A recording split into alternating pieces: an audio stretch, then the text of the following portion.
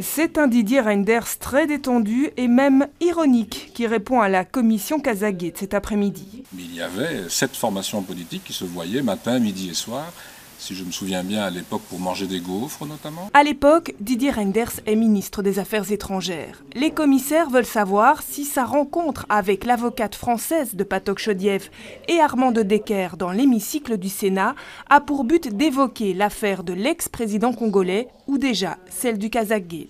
Je peux répéter évidemment la même chose à de très nombreuses reprises, mais comme lors de la première question, je vous confirme à aucun moment, sauf ce dossier de M. Bemba, que j'ai fait parvenir à la ministre de la Justice, comme je viens de vous le dire. Je n'ai plus de nouvelles depuis. Il dit qu'il n'a pas eu de contact ni avec M. de Decker sur le dossier, ni avec quelconque autorité française. Que puis-je faire d'autre qu'en prendre acte? M. Reynders laisse entendre qu'il a rencontré Mme de Gaulle, l'avocat de Chodiev. C'est la première fois qu'on entend ça dans un local qui est celui du Sénat, en compagnie d'Armand de Decker, mais, explique-t-il, c'est pour un tout autre dossier. Les commissaires demandent aussi à Didier Reynders de se prononcer sur l'attitude d'Armand de Decker. Une fois de plus, le vice-premier botte en touche. Je laisse aussi, séparation des pouvoirs, la justice faire son travail, puisqu'à ma connaissance, à ce jour, il n'est pas inculpé.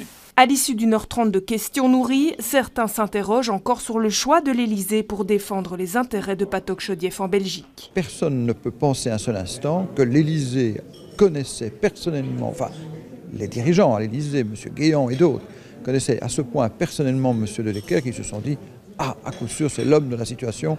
Les auditions des magistrats de la Cour de Bruxelles sont prévues la semaine prochaine.